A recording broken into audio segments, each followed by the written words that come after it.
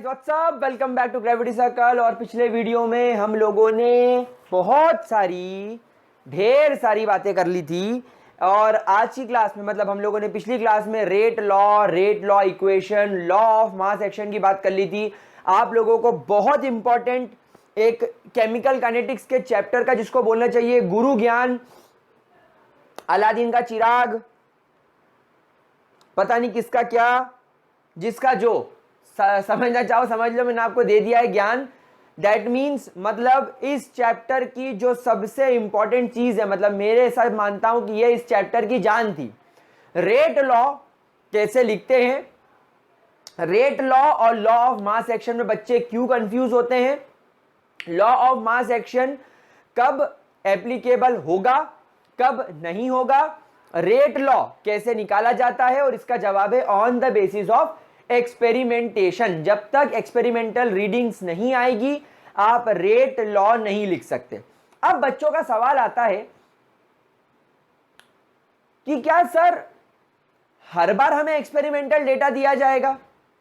जैसे हम लोगों ने पिछले वीडियो में बात की थी कि NO का इनिशियल कॉन्सेंट्रेशन दे दिया, ऑक्सीजन का कॉन्सेंट्रेशन दे दिया, उससे उसका रेट दे दिया, फिर NO के कॉन्सेंट्रेशन को डबल किया, ऑक्सीजन के कॉन्सेंट्रेशन को कांस्टेंट रखा, तो ऑर्डर रिएक्शन के रेट पर क्या असर पड़ा। फिर कॉन्सेंट्रेशन NO का कांस्टेंट रखते हुए O2 का कॉन्सेंट्रेशन डबल करा, तो रेट पर क्या असर पड़ा। तो क्या ऐसा डेटा आपको हर क्वेश्चन में दिया जाएगा? क्या आप इतनी मगजमारी करने के बाद, क्या आप इतना परेशान होने के बाद, इतने कैलकुलेशंस करने के बाद पता लगा पाओगे कि केमिकल रिएक्शन में रेट लॉ इक्वेशन कैसे लिखेंगे? तो जवाब हाँ भी है और जवाब ना भी है। मतलब कभी कभी किसी क्वेश्चन के अंदर आप लोगों को डेफिनेटली ये डेटा दिया जाएगा, और इस डेटा के बेसिस पर आप लोग पता लगाओगे कि केमिकल रिएक्शन का जो रेट है वो रिएक्टेंट पर कितना डिपेंड करता है। यानी आप क्या निकालोगे? Order of reaction. हम लोगों ने पिछले वीडियो में हम लोगों ने NO प्लस O2 से 2NO2 जो बन रहा था, उसमें हम लोगों ने जो डेटा के बेसिस पर सॉल्यूशन किया था, हम लोगों ने उसका एक्चुअली ऑर्डर निकाला था। तो आज की क्लास में भी हम लोग ऑर्डर ऑफ रिएक्शन के बारे में बात करना स्टार्ट करते हैं कि ऑर्डर ऑफ रिएक्शन क्या होता है। उसके पहले कुछ बेसिक चीजें पिछले वीडियो की मैं यहां पर आपके सामने लिख देता हूं ताकि आप लोगों को कोई डाउट ना रहे। एक बात ध्यान रखना, this chapter is fully based on experimental things. पूरी तरीके से ये एक्सपेरिमेंटल चीजों के ऊपर डिपेंड करेगा। तो पहला सवाल कि क्या हमेशा हमें इस तरीके का डेटा दिया जाएगा केमिकल रिएक्शन की रेट इक्वेशन लिखने के लिए या ऑर्डर निकालने के लिए? तो हाँ, कभी कभी ऐसा हो सकता है, और कभी कभी आपको डायरेक्टली केमिकल रिएक्शन में ऑर्डर दे दिया जाएगा। तो ऑर्डर देखकर कैसे पहचानेंगे कि पूरी केमिकल रिएक्शन का ऑर्डर क्या है? आज अपन उसकी बात करते हैं। तो ऑर्डर ऑफ रिएक्शन, बोलिए मेरे नन्हे मुन्ने बच्चों, कोई तकलीफ तो नहीं? तो चलिए खेला शुरू करते हैं। ऑर्डर ऑफ रिएक्शन लिखने से पहले मैंने आपको कहा कि एक केमिकल रिएक्शन इमेजिन करो जिसमें small a capital A reacts with small b of capital B to form a product। यहां तक की बात समझ में आ गई? नाउ अगर आपको इस केमिकल रिएक्शन का रेट ऑफ रिएक्शन निकालना है according to rate law equation, तो rate of reaction is equal to K active mass of A raise to the power X multiply by active mass of B raise to the power Y। अब यहां पर आप देखेंगे कि इस A का stoichiometry coefficient A है, इस B का स्टोइशियोमेट्री कोएफिशिएंट B है, लेकिन मैंने यहां पर पावर में स्मॉल a और स्मॉल b नहीं रखते हुए x और y रखा। क्यों? Because we are writing rate law. हम लोग क्या लिख रहे हैं प्यारे बच्चों?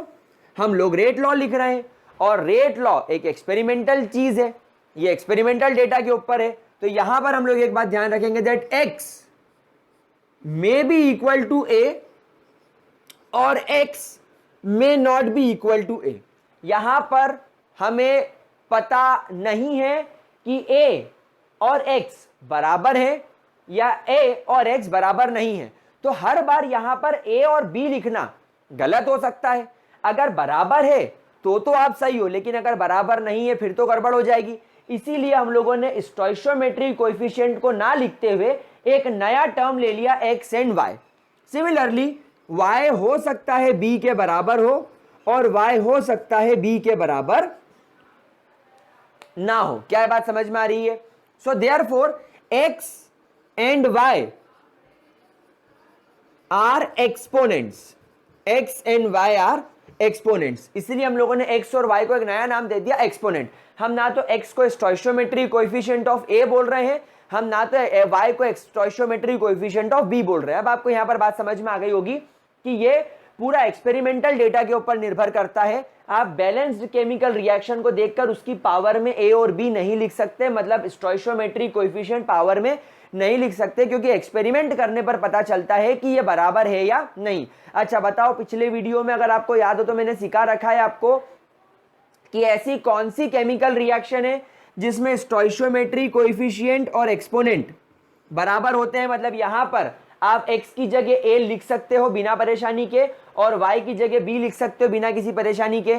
यानी ऐसी केमिकल रिएक्शन जिसमें लॉ ऑफ मास एक्शन और रेट लॉ एग्जैक्टली सेम हो, वो होती है सिंगल स्टेप रिएक्शन। मतलब अगर केमिकल रिएक्शन एक सिंगल स्टेप में हो गई तब तो ठीक है, लेकिन अगर मल्टीपल स्टेप रिएक्शन होती है तब फिर आप लोगों को ध्यान रखना होता है कि आपका एक्सपोनेंट स्टोइशियोमेट्रिक कोएफिशिएंट के बराबर नहीं होता। इसलिए आपको कभी रिस्क नहीं लेने का, अपन को कभी रिस्क नहीं लेने का बाबा, यार बाबा रे बाबा, अपन को बिल्कुल रिस्क नहीं लेने का यार बाबा। समझ में आ रही क्या बात? तो एक्स एंड वाई क्या हो गए? कंपोनेंट। What is x?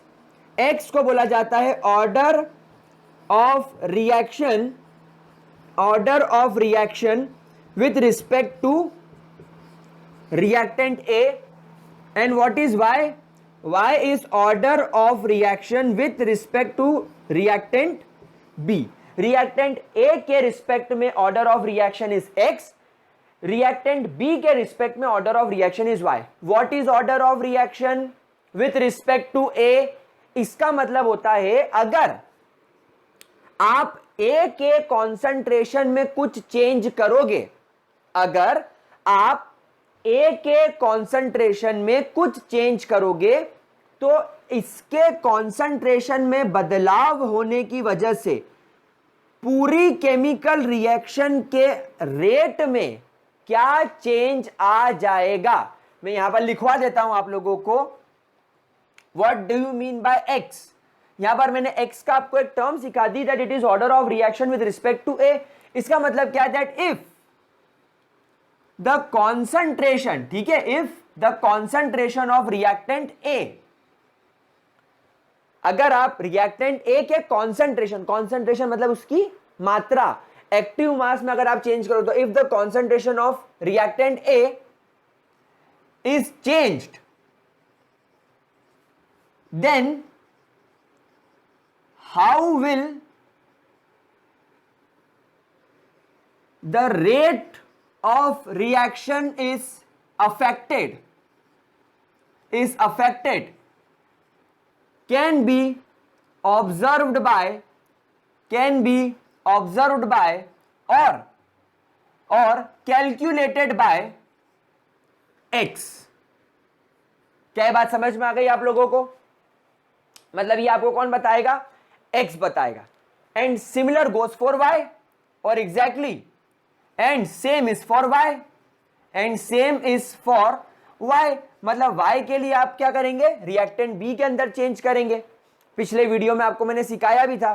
क्या सिखाया था?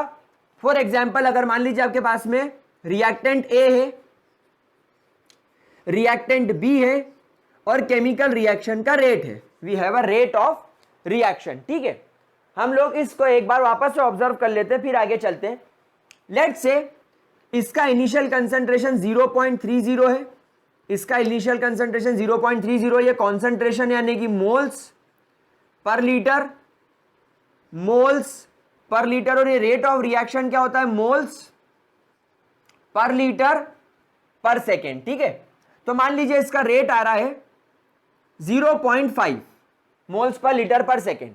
नाउ अब हम लोगों ने क्या करा? इसके कॉन्सेंट्रेशन को डबल कर दिया, इसके कॉन्सेंट्रेशन को हम लोगों ने क्या करा? सेम करा। तो रेट ऑफ केमिकल रिएक्शन पे हम लोगों ने देखा कि यह चेंज होकर 1.5 हो गया।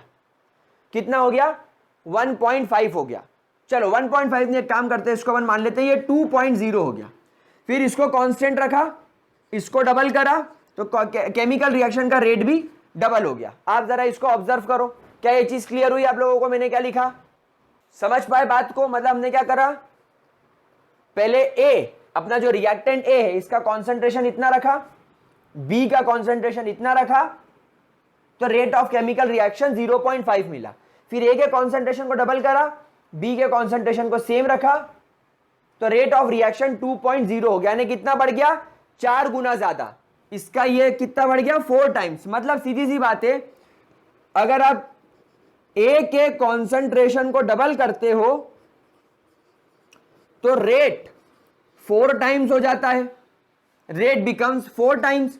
मतलब सीधी सी बात है कि अगर आप ए की पावर में 2 कर दो, अगर आप ए की पावर में 2 कर दो तो यह चीज यहां पर एप्लीकेबल होती है। कैसे, इसको अपन देखते हैं। मान लीजिए ए का इनिशियल कॉन्सेंट्रेशन 1 है, तो 1 की पावर में 2, आपको रेट क्या दिखेगा, 1 टाइम्स। लेकिन अगर आपने इससे कॉन्सेंट्रेशन को डबल कर दिया, इफ कॉन्सेंट्रेशन इज डबल्ड, आपने कॉन्सेंट्रेशन को डबल कर दिया, 1 से 2 कर दिया, और इसकी पावर में तो 2 है, तो 2 2 जा 4, तो रेट कितने टाइम्स बढ़ जाएगा, रेट बढ़ जाएगा 4 टाइम्स। रेट कितने टाइम्स बढ़ जाएगा, रेट बढ़ जाएगा 4 टाइम्स। जो यहां पर दिख भी रहा है, कॉन्सेंट्रेशन के डबल करते ही रेट आपका जो है वो कितने टाइम्स बढ़ गया, रेट आपका 4 टाइम्स बढ़ गया। कॉन्सेंट्रेशन को जैसे ही आपने डबल करा, रेट आपका 4 टाइम्स बढ़ गया। मतलब यह बात समझ में आ गई कि ए की पावर में 2 होना चाहिए। मतलब यहां वाली केमिकल रिएक्शन में एक्स की वैल्यू क्या होनी चाहिए, एक्स की वैल्यू 2 होनी चाहिए। एक्स की वैल्यू 2 होने का मतलब क्या है कि जब आप कॉन्सेंट्रेशन को डबल करोगे तो रेट 4 गुना बढ़ जाएगा। यही तो मैंने आपको डेफिनेशन में सिखाया है प्यारे बच्चों, that if the concentration of reactant A या रिएक्टेंट बी, रिएक्टेंट ए या रिएक्टेंट बी, तो if the concentration of reactant A is change, then how will the rate of reaction is affected. तो rate of reaction पर क्या असर पड़ेगा ये कौन बताएगा, ये आपको order of reaction with respect to A, यानी जो ए की पावर में आपने एक्सपोनेंट लिखा है, जो ए की पावर है वो आपको बताएगी कि जब आप ए के साथ कुछ चेंज करोगे तो रेट ऑफ रिएक्शन पर क्या असर पड़ेगा। सिमिलरली जो बी की पावर में y है, तो जब आप बी के कॉन्सेंट्रेशन में चेंज करोगे तो आपको y बताएगा कि रेट ऑफ रिएक्शन पर क्या असर पड़ेगा। क्या ये बात समझ में आ गई मेरे प्यारे बच्चों को? क्या इसके अंदर किसी भी तरीके का कोई भी डाउट तो नहीं है? पक्की बात हो गई, अच्छे तरीके से चीज क्लियर हो गई, श्योर है? चलिए, तो अब अगर आपको ये चीज क्लियर हो गई है तो अभी आप लोगों ने सिर्फ ऑर्डर क्या होता है ये जाना। लेकिन अगर अपन ओवरऑल ऑर्डर ऑफ रिएक्शन की बात करें, that if we have to find out the overall order of reaction, तो प्यारे बच्चों overall order of reaction is always equal to sum of power of active mass of reactants. Reactants की जो power है उसका आप सम कर दो, यानी आपके जो एक्सपोनेंट्स हैं इनका अगर आपने सम कर दिया तो ये आपको overall order of a reaction के बारे में इंफॉर्मेशन देगा। क्या बात समझ में आ रही है? Let's take an example. पिछली क्लास में हम लोगों ने ये केमिकल रिएक्शन करके देखी थी, और ये केमिकल रिएक्शन के हिसाब से हमने ये पाया था कि ये रिएक्शन सिंगल स्टेप है। मैं आपको एक हिंट दे देता हूं, ये रिएक्शन कैसी है, सिंगल स्टेप। तो सिंगल स्टेप केमिकल रिएक्शन के लिए क्या लॉ ऑफ मास एक्शन हर जगह एप्लीकेबल हो सकता है? जी हां, बिल्कुल हो सकता है। और हम लोगों ने इसका रेट ऑफ रिएक्शन पिछले वीडियो में निकाला भी था, दैट इज के एक्टिव मास ऑफ NO की पावर में 2 and active mass of O2 की पावर में कुछ नहीं यानी कि 1। तो अब अगर आप इस केमिकल रिएक्शन में इस केमिकल रिएक्शन का ओवरऑल ऑर्डर निकालो, अभी हमने क्या सीखा था, order of reaction with respect to A ये x था, order of reaction with respect to B ये y था, लेकिन अब अपन ओवरऑल ऑर्डर की बात कर रहे हैं। तो overall order of reaction, overall order of reaction क्या हो जाएगा, x प्लस वाई। x की वैल्यू क्या है 2, y की वैल्यू क्या है 1, सो 3। तो ओवरऑल ऑर्डर ऑफ रिएक्शन क्या हो गया, 3 हो गया। मतलब ये जो केमिकल रिएक्शन पूरी काम कर रही है, यानी NO O2 के साथ रिएक्ट करके NO3 बना रहा है, ये क्या है? So therefore the reaction is third order reaction. Third order reaction, reaction कैसी है? थर्ड ऑर्डर रिएक्शन है। The reaction is going to be a third order reaction. क्या ये बात समझ में आ रही है आप लोगों को? क्या ये चीज अच्छे तरीके से क्लियर हो गई? पक्की बात, नोट करें इसको, फटाफट नोट करें। ठीक है, चलो अब मैं आपको ऑर्डर ऑफ रिएक्शन की डेफिनेशन भी बता देता हूं। मैं इतना रब करके डेफिनेशन यहां लिख देता हूं। तो अगर आप ऑर्डर ऑफ रिएक्शन की डेफिनेशन लिखना चाहे तो क्या होगा? So overall order of a reaction, overall order of a reaction is the sum of power of the active mass of reactants, sum of power of active mass of reactants mentioned, यानी कहां mention किया गया है? mentioned in rate law equation. यानी आपको किस पर rely करना है? रेट लॉ इक्वेशन पर रिलाई करना है, क्योंकि रेट लॉ इक्वेशन कैसे निकली है? एक्सपेरिमेंट करके निकली है। मतलब यहां पर आपको जो डेटा मिला है कि इसकी पावर 2 होनी चाहिए, इसकी पावर 1 होनी चाहिए, ये एक्सपेरिमेंट से आया, इसलिए रिलायबल है। तो overall order of reaction is third order. This is your definition. क्या बात समझ में आ गई प्यारे बच्चों? ठीक है, कोई दिक्कत तो नहीं किसी भी तरीके की? श्योर है? चलिए इतना लिख लिया। अब ऑर्डर ऑफ रिएक्शन के बारे में और कुछ इंपॉर्टेंट बातें मैं आपको बता दूं, यहीं पर मैं लिख देता हूं। पहली बात प्यारे बच्चों, जिस प्रकार रेट लॉ इक्वेशन एक एक्सपेरिमेंटली डिराइव की गई चीज है, तो डेफिनेटली उसका ऑर्डर भी एक्सपेरिमेंटल होगा। तो हमेशा ध्यान रखना that we can not obtain, प्यारे बच्चों ध्यान से सुनेंगे, we can not obtain the overall order of reaction, overall order of reaction simply, simple तरीके से simply by observing, simply by observing the balanced chemical reaction, simply by observing the balanced chemical reaction. मतलब अगर आप सिर्फ balanced chemical reaction देखकर उसका overall order बताने की कोशिश करोगे तो आप गलत हो जाओगे। फॉर एग्जांपल पिछले वीडियो में, पिछली क्लास में हमने H2 प्लस Cl2 से 2HCl बनाया था। हमने इसकी रेट ऑफ रिएक्शन लिखने की कोशिश की थी K H2 एंड Cl2। तो अगर मैंने बैलेंस्ड केमिकल रिएक्शन देखी तो मैंने देखा इसका स्टोइचियोमेट्री कोएफिशिएंट 1 है, इसका भी 1 है, तो इसकी पावर में भी 1, इसकी पावर में भी 1 होना चाहिए। तो फटाफट इसका ऑर्डर निकाल लो, 1 + 1 यानी इसका ऑर्डर क्या हो गया? 2, मतलब ये सेकेंड ऑर्डर रिएक्शन है। तो क्या ये सही है? जी नहीं, ये सही नहीं है, क्योंकि हम लोगों ने देखा था जब हम लोगों ने एक्सपेरिमेंट्स किए थे, मतलब हम लोगों ने नहीं, जब साइंटिस्ट ने एक्सपेरिमेंट्स किए थे तो उन्होंने हमें बताया कि यहां पर जब आप रेट ऑफ रिएक्शन निकालोगे तो H2 की पावर में भी 0 है और Cl2 की पावर में भी 0 है, मतलब ये भी 0, ये भी 0। तो रियल ऑर्डर क्या होना चाहिए केमिकल रिएक्शन का? 0, 0 + 0 0। तो ये केमिकल रिएक्शन कैसी है? ये 0 ऑर्डर रिएक्शन है। Oh my God, now what is 0 order reaction? 0 order reaction का मतलब समझो 1 की पावर 0, 2 की पावर 0,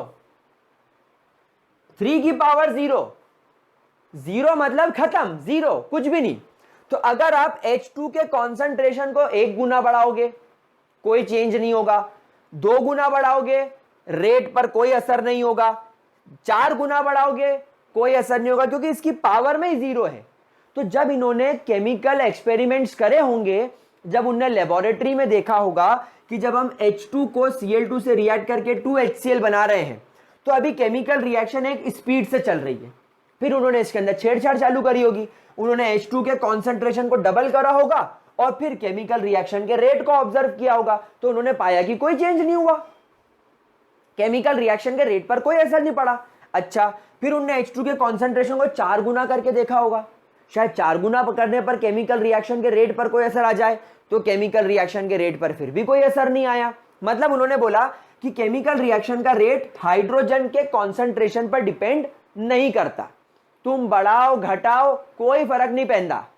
फिर Cl2 की बात करी होगी उन्होंने, पहले Cl2 की बात करी होगी, फिर Cl2 के कॉन्सेंट्रेशन के साथ उन्होंने चेंजेस करना चालू किया होगा, तो उन्होंने देखा कि Cl2 का कंसंट्रेशन अगर मैं डबल कर दूं रेट पर कोई असर नहीं पड़ रहा, 3 गुना कर दूं रेट पर कोई असर नहीं कर रहा, 10 गुना कर दूं अरे यार रेट पर तो अभी भी कोई असर नहीं कर रहा। तो उन्होंने बोला होगा भैया एक्सपेरिमेंट सर्वोपरि, जो दिख रहा वो बिक रहा। तो उन्होंने क्या बोला भाई H2 की पावर में 0 लिख दो और Cl2 की पावर में भी 0 लिख दो, मतलब H2 के कॉन्सेंट्रेशन पर और Cl2 के कॉन्सेंट्रेशन पर केमिकल रिएक्शन का रेट बिल्कुल अफेक्ट नहीं कर रहा। तो जब इनकी पावर में 0 आ गया तो इनका ऑर्डर क्या हो गया, 0। क्या बात समझ में आ रही है? तो ऐसी केमिकल रिएक्शन को क्या बोलते हैं, zero order reaction, zero order reaction. तो और इसी पर से मेरा सेकेंड पॉइंट आपके सामने आने वाला है कि क्योंकि ऑर्डर ऑफ रिएक्शन एक एक्सपेरिमेंटल वैल्यू है, order of reaction is completely based on experimentals, order of reaction is completely based on experiments. तो क्योंकि ये पूरी तरीके से एक्सपेरिमेंट पर बेस करता है, इट मे बी 0, ये 0 हो सकता है, it may be 1, it may be 2, it may be 3, it may be 4, ऐसा हो सकता है। It may be in fractions, ये फ्रैक्शंस में भी हो सकता है। It may be in fractions like 1/2, 3/2, 5/6 etcetera. और it may be a negative value as well, यानी केमिकल रिएक्शन का रेट नेगेटिव भी हो सकता है, लाइक -1, -2, -1/2, -3/4 एक्सेट्रा। क्या बात समझ में आ रही है? नेगेटिव का मतलब होता है इनवर्स रिलेशनशिप, तुमने कॉन्सेंट्रेशन को 4 गुना बढ़ा दिया तो केमिकल रिएक्शन का रेट 2 गुना कम हो गया। समझ रहे हो? ऐसा भी तो हुआ होगा ना। आप सोचो, आपने कॉन्सेंट्रेशन बढ़ाया तो रेट कम हो गया, कॉन्सेंट्रेशन बढ़ाया रेट कम हो गया, तो वो तो नेगेटिव होगा ना, फिर तभी तो उसको मेंशन करेंगे। तो ये चीज पॉसिबल हो सकती है। क्या बात समझ में आ रही है मेरे प्यारे बच्चों को? क्या इसके अंदर किसी भी तरीके की कोई भी दिक्कत तो नहीं? पक्की बात। चलिए फटाफट से इस पॉइंट को नोट करेंगे, फिर आगे चलेंगे। फटाफट नोट करेंगे, फटाफट सटासट नोट करो। चलिए हो गया, गुड। चलो तो अब इसको रब करके अब मैं आपको एक बहुत इंपॉर्टेंट चीज सिखाने वाला हूं। तो अब मेरे प्यारे बच्चों को एक बात तो पता चल गई कि या तो केमिकल या तो क्वेश्चन के अंदर अपने को न्यूमेरिकल वैल्यू दे रखी होगी, आपको ऐसा दे दिया होगा कि active mass A, active mass be और केमिकल रिएक्शन का रेट,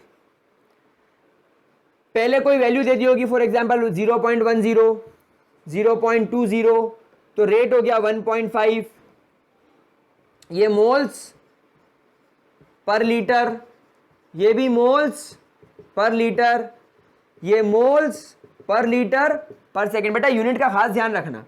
फिर मैंने इसको डबल कर दिया, इसको सेम रखा तो केमिकल रिएक्शन का रेट इतना हो गया। फिर मैंने इसको सेम रखा, इसको डबल किया तो केमिकल रिएक्शन का रेट इतना हो गया। तो अब आप इससे ऑर्डर निकालो, अब आप इससे ऑर्डर ऑफ केमिकल रिएक्शन निकालो। तो अब आप इससे आराम से, बड़े आराम से ऑर्डर ऑफ केमिकल रिएक्शन निकाल सकते हो। आप देख रहे हो कि जब ए का डबल करा तो ये भी डबल हो गया। तो अगर मैंने ए का इनिशियल कॉन्सेंट्रेशन 1 माना और उसकी पावर में भी 1 माना, तो पहला केमिकल रिएक्शन का रेट 1 टाइम्स रहेगा। फिर जब मैंने इसके कॉन्सेंट्रेशन को डबल करा तो 2 की पावर में अभी भी 1 रहेगा, तो ये 2 टाइम्स बढ़ा। और आई थिंक ऐसा दिख भी रहा है, कॉन्सेंट्रेशन डबल करने पर रेट्स भी 2 टाइम्स बढ़ गया, मतलब डेफिनेटली ए की पावर में 1 है। तो यहां से एक बात मैंने पकड़ ली कि ए की पावर में 1 है। समझ गए बात को? पक्की बात? कोई दिक्कत, किसी तरीके की कोई समस्या? ठीक है, तो एक तो ये तरीका हो गया आपके पास में कि आप क्या करें, देख ले भाई ये डबल हो रहा है, ये भी डबल हो रहा है, तो 1 टाइम्स, ये डबल हो रहा है तो ये 4 टाइम्स हो रहा है, तो इसकी पावर में 2, ऐसे 3 टाइम्स भी हो सकता है, 4 टाइम्स भी हो सकता है। और दूसरा कभी कभी आपको क्वेश्चन में डायरेक्टली दे दिया जाए that the chemical reaction is a third order reaction और फॉलोइंग थर्ड ऑर्डर काइनेटिक्स, और फॉलोइंग थर्ड ऑर्डर काइनेटिक्स। क्या कर रही है वो?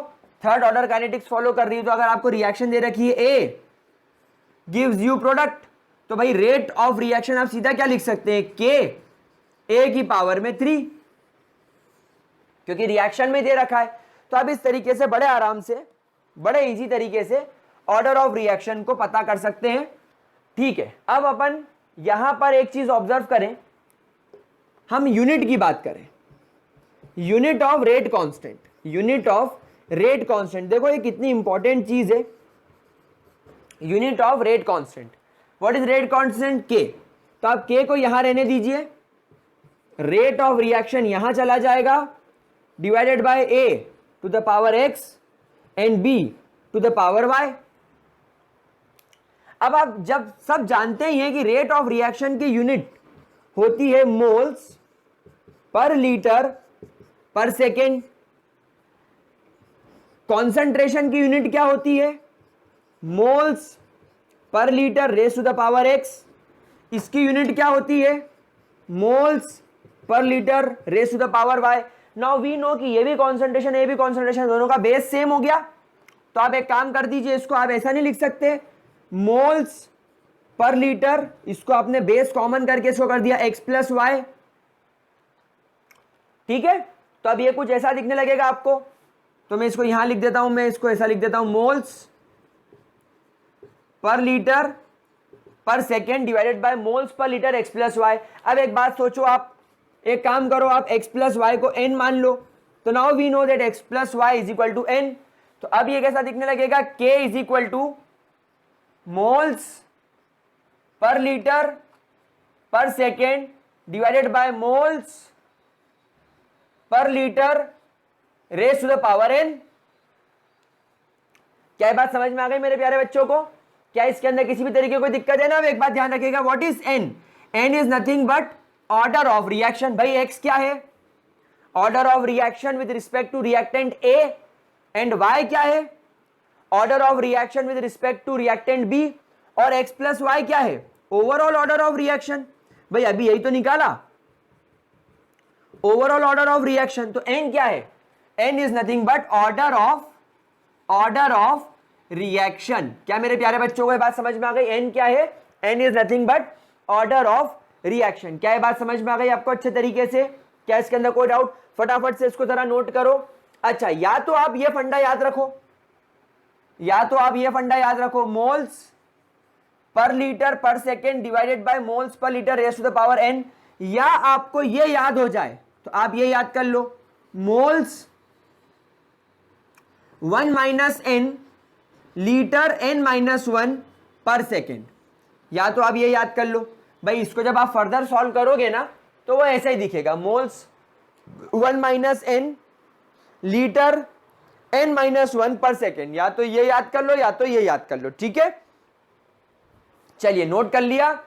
अब हम लोग अलग अलग केमिकल रिएक्शंस के लिए यूनिट निकालने की कोशिश करेंगे। जैसा अभी आप लोग सब जानते हो मेरे प्यारे बच्चों कि केमिकल रिएक्शन जो होती है वो अलग अलग ऑर्डर की होती है। अभी एक एग्जांपल अपन ने वो H2Cl2 का देखा जो 0 ऑर्डर रिएक्शन थी। ऐसे ही फर्स्ट ऑर्डर रिएक्शन भी हो सकती है, सेकेंड ऑर्डर रिएक्शन भी हो सकती है, थर्ड ऑर्डर रिएक्शन भी हो सकती है, हाफ ऑर्डर रिएक्शन भी हो सकती है, -1 ऑर्डर रिएक्शन भी हो सकती है। तो अगर आपको कोई भी ऑर्डर दे रखा हो रिएक्शन का तो आप उसके लिए यूनिट कैसे पता लगाएंगे ये देखते हैं। देखिए, तो अगर मान लीजिए आपके पास में जीरो ऑर्डर रिएक्शन है, अगर आपके पास में जीरो ऑर्डर रिएक्शन, तो इसके लिए n की वैल्यू जीरो होगी। तो जरा यहां पर n की वैल्यू जीरो रखो, तो n की वैल्यू जीरो होता है ये सब खत्म भाई, n की वैल्यू जीरो रखता है ये सब खत्म, तो नीचे की पूरी डिजिट खत्म हो जाएगी, तो क्या बचेगा? मोल्स पर लीटर पर सेकेंड। यहां पर n की वैल्यू जीरो रखते ही, या तो यहां n की वैल्यू जीरो रख दो, 1 minus zero 1, 0 minus 1 minus 1 per second. तो दोनों चीज यहां पर आप काम कर सकते हो। अगर मान लीजिए आपके पास में n की वैल्यू 1 है, n की वैल्यू 2 है, n की वैल्यू 3 है, तो कैसे निकालेंगे? चलिए देखें, n की वैल्यू 1 रख दो, तो ये मोल्स पर लीटर हो गया। तो मोल्स पर लीटर, जैसे ही आपने n की वैल्यू 1 रखी, देखिए क्या दिखेगा? मोल्स पर लीटर पर सेकेंड डिवाइडेड बाय मोल्स पर लीटर। n की वैल्यू 1 हो गई, तो ये खुल गया, पर litre cancel, moles moles cancel, सिर्फ क्या बचा? पर सेकेंड। या तो यहां 1 रख दो, 1 माइनस 1 0, 1 माइनस 1 0, क्या बचा? पर सेकेंड। आई बात समझ में मेरे लाडले बच्चों को? चलिए यहां सेकेंड ऑर्डर के लिए देखते हैं, क्या बचा? मोल्स पर लीटर पर सेकेंड डिवाइडेड बाय, अब यहां n की वैल्यू 2 करते ही ये हो जाएगा moles square and litre minus 2 square. अब ऊपर वाले मोल्स ने नीचे वाले मोल्स को कैंसिल करा, ऊपर वाले लीटर ने नीचे वाले लीटर को कैंसिल करा, तो अब दिख क्या रहा है ये? अब ये दिख रहा है कि ऊपर बचा पर सेकेंड और नीचे बचा मोल्स पर लीटर पर लीटर। समझ में आई बात आपको? या तो आप क्या करो, सिंपल सा लॉजिक लगाओ, यहां 2 रख दो, तो ये क्या? 2 माइनस 1 माइनस 1, 2 माइनस 1 1, तो आप इसको कैसा लिख सकते हैं? आप इसको लिख सकते हैं मोल्स के ऊपर -1 लीटर पर सेकेंड। मतलब अगर मैं लीटर को यहां पर ऊपर ले जाऊं, तो ये लीटर पर सेकेंड अपॉन मोल ऐसा दिखेगा। तो इसको मैंने मोल को -1 कर दिया, लीटर को नॉर्मल लीटर लिख दिया, सेकेंड को पर सेकेंड रहने दिया। इस तरीके से आप कर सकते हो। अब जब आप यहां n की वैल्यू 3 रखोगे, तो मोल्स 1 माइनस 3 कितना हो जाएगा? -2, लीटर 3 माइनस 1 2 एंड सेकेंड पर सेकेंड रहेगा। तो इस तरीके से मेरे प्यारे बच्चों, आप किसी की भी, आई रिपीट, आप किसी की भी यूनिट बड़े आराम से निकाल सकते हो। रेट कांस्टेंट की यूनिट आप बड़े आराम से निकाल सकते हो। कब? जब आपको ऑर्डर ऑफ रिएक्शन पता रहे। क्या ये बात समझ में आ रही है? क्या इसके अंदर किसी भी तरीके की कोई दिक्कत? अब एग्जाम में क्वेश्चन कैसा आता है वो देखो। पहले जरा इसको ऑब्जर्व कर लो, इसको जरा नोट कर लो, फिर एक क्वेश्चन करवाता हूं आपको ताकि आपको मजा आए। चलिए मैं एक काम करता हूं, एक्सरसाइज एग्जाम्पल आई थिंक 4.4 है, वो करवा देता हूं। तो एग्जाम्पल 4.4 कहता है identify the rate of following reaction. I think example 4.4 है, इसमें आपको क्या बोल रहा है? आपको आइडेंटिफाई करना है, identify the order of reaction. आप ऑर्डर ऑफ रिएक्शन को जरा आइडेंटिफाई करो। क्या आप ऑर्डर ऑफ रिएक्शन को आइडेंटिफाई कर सकते हो? कब? जब आपको उन्होंने दो चीजें दे रखी हो। फर्स्ट, पहले केस में k is equal to 2.3 into 10 to the power -2 moles -1 litre -1, यानी ये दे रखा हो। दूसरे केस में आपको दे रखा है k इज इक्वल टू 2.5 पर सेकेंड। तीसरा केस में अपने मन से बनाकर दे रहा हूं 1.25 into 10 to the power -3 moles पर लीटर पर सेकेंड। चौथा case k is equal to 0.8 into 10 to the power 4 moles raise to the power -2 litre square पर सेकेंड। अब आप बताओ इन चारों का ऑर्डर क्या होगा? जल्दी से वीडियो पॉज करो और सोच कर बताओ इनका ऑर्डर कैसे निकालोगे। हाँ गाइस, क्या करा? सॉल्व करा? कुछ करा? क्या सोचा होगा कि सर एक काम करते हैं, rate of reaction is equal to k a to the power x b to the power y, ऐसा कुछ करके सॉल्व करें।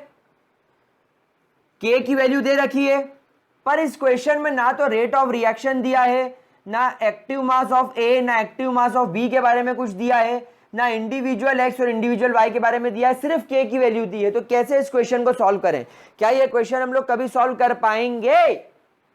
मेरे प्यारे मित्रों, मैंने कब कहा कि ऐसा करो? मैं तो बोल रहा हूं कि जब सिर्फ के की वैल्यू दे रखी हो और ऑर्डर पूछा हो तो यूनिट्स पर ध्यान दीजिए, आत्मनिर्भर बनिए। क्या करना है? यूनिट्स को ध्यान में देना है। अगर इसके यूनिट की वैल्यू मोल की पावर -1 यानी पर मोल लीटर पर सेकेंड है, तो पर मोल लीटर पर सेकेंड सेकेंड ऑर्डर रिएक्शन होती है। ये यूनिट से पता लग गया तो हो गया question solve. It is a second order reaction, एक लाइन का क्वेश्चन है। पर सेकेंड हमेशा फर्स्ट ऑर्डर के लिए आती है। मोल्स पर लीटर पर सेकेंड हमेशा जीरो ऑर्डर के लिए आती है। आप देख लो, क्रॉस चेक कर लो उधर से।